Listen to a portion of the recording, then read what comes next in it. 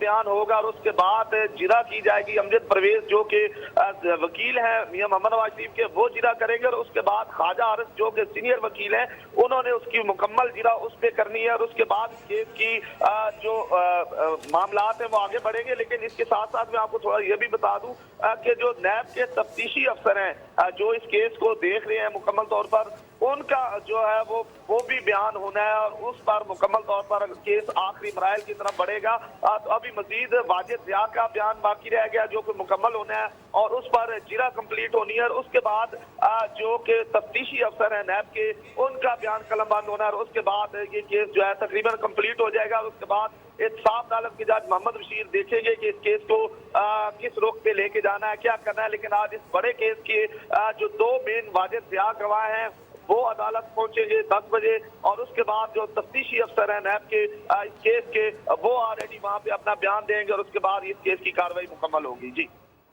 بہت شکریہ ضمیر حسین۔ ضمیر، آپ ہمیں تفصیلات سے آگاہ کر رہے تھے۔